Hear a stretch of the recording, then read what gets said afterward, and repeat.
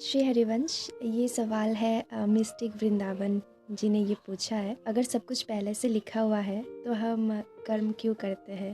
तो देखिए, जो सब कुछ लिखा हुआ है जिसको हम भाग्य कहते हैं वो हमारे पिछले जन्म का कर्मों का फल होता है। और अभी हम कर्म क्यों करें?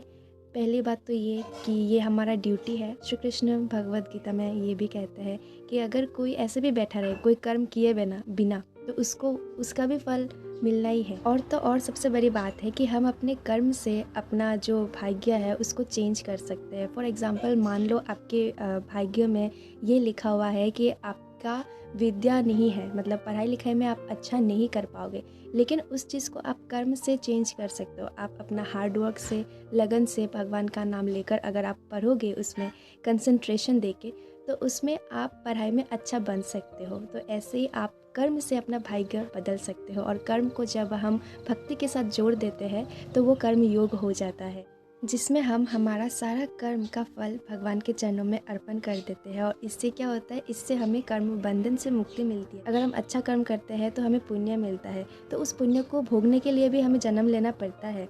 और या फिर हम बुरा करते हैं तो उससे पाप होता है, तो उस पाप को भोगने के लिए भी हमें जन्म लेना पड़ता है।